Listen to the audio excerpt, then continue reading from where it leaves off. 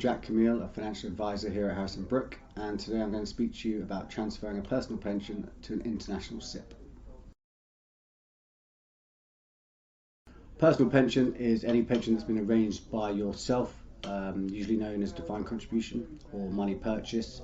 So you will have contributed into this scheme and received tax relief on the payments going in.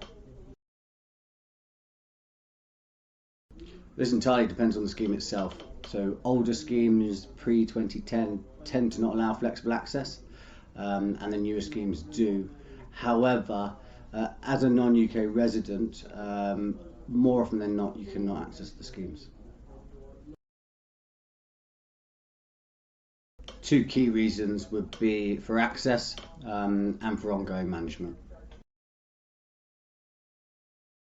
So key benefits would include flexible access from the age of 55, complete control over how and when you access those pension monies, whether it's regular income or on an ad hoc basis.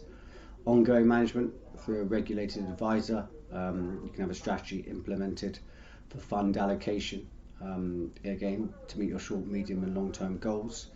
Protection, as the pension stays in the UK, it's still regulated by the Financial Conduct Authority, falls under the Financial Services Compensation Scheme and full UK pension legislation. Fund range, it's extensive, so you can invest in pretty much anything: passive funds, active funds, niche areas, debt or stock. You're not limited. Currency is multi-currency, so if you're living abroad, there's always going to be a currency risk of spending in a different currency to the one your pension monies is held in. We can convert within an international SIPP and furthermore pay out in that currency for you.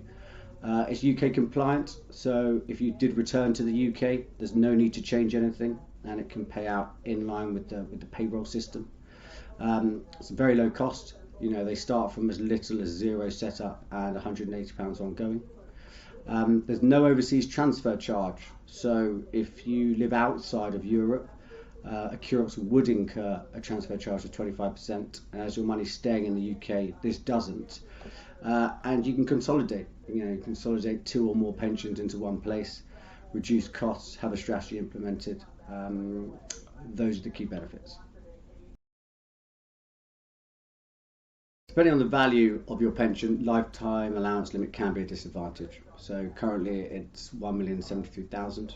If you're near this mark, or if you're not planning on accessing it for a considerable amount of time, there may be a better solution available. Structure, so depending on how your pension is being set up, the fee structure could be a considerable disadvantage. Anyone recommending a bond within a SIPP is going to be a red flag territory. A lot's been said about this on the FCA website recently too, in the international space. And self-management. So people like to play around or invest their money, but without professional advice, you are open to substantial losses, and that's really something that we would be assisting you with something of this nature. So product costs vary, but they start off very low. The lowest cost SIPP on the market has £0 setup and £180 a year. The platform within that, again, is £0 setup and 0.34%, including custodian costs. So the key costs here really are advisor fees. Fee-based advice, like us ourselves, is going to range for initial transfer and advice fee between 3% and 1%, depending on the value. And then we have a 1% ongoing management fee for exactly that. Regular reviews, any changes where necessary, whether it's based on yourself or based on the markets. But that's it. It's very simple.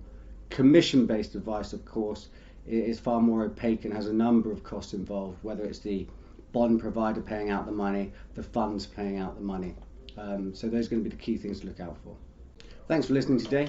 I hope you found it useful. If you have any questions or you're considering transferring your personal pension to an international SIPP, please feel free to get in touch.